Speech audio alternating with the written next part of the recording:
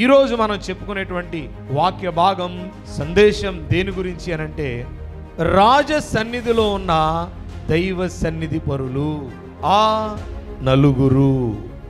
దానియేలు గ్రంథము చాలా ప్రాముఖ్యమైనది. ఈ గ్రంథములో నలుగురు కనిపిస్తున్నారు. ఈ గ్రంథములో విశ్వాసము కలిగిన విజేతలు నలుగురు కనిపిస్తున్నారు.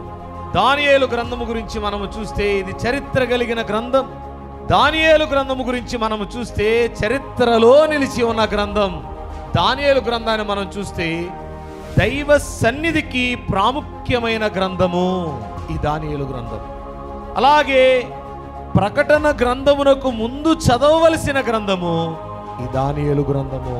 అందుకనే దైవజనులు ఏమన్నారంటే, ఈ దానియేలు గ్రంథములో ఉన్న అనుభవాలన్నీ కూడా బైబిల్ మిషన్లో ఉన్న విశ్వాసులందరూ కూడా పొందుకోవాలి అని చెప్తూ ఉన్నారు. దానియేలు గ్రంథములో ఉన్న అనుభవాలు, దానియేలు గ్రంథములో ఉన్న ఈ నలుగురి యొక్క విశ్వాస సంబంధమైన అనుభవాలు మనమును కలిగి ఉండాలి అని దేవుని యొక్క వాక్య గ్రంథం తెలియజేస్తా ఉంది.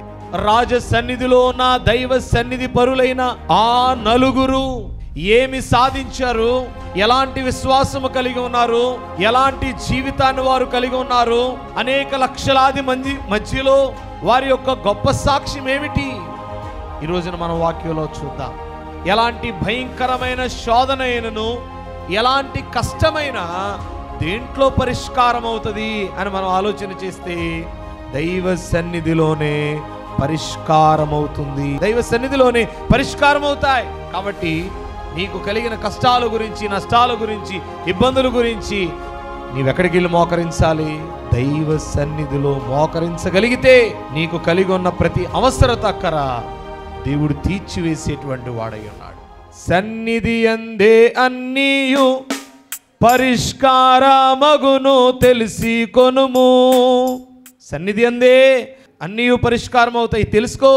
ఎప్పుడు అనంటే, సన్నిధిలో నీవున్న ఎడల సన్నిధి నీలో ఉండును సుమ్మి. సన్నిధిలో నీవున్న ఎడల సన్నిధి నీలో ఉండును సుమ్మి. ఏకాంత స్థలము కోరుము, దేవుని ప్రార్థింప ఏకాంత స్థలము చేరుము. ఏకాంత స్థలము చేరి మోకాళ్ళ మీద ఉండి, చూడండి, సన్నిధిలో నీవు ఉన్న ఎడలా సన్నిధే నీలో ఉండును.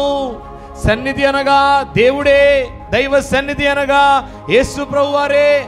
కాబట్టి నీవు ఎక్కడ ఆయన సన్నిధానంలో కూర్చుంటావో అక్కడ దేవుని యొక్క ప్రసన్నత ఉండును. ఇది మనం ఆలోచన చేయాలి.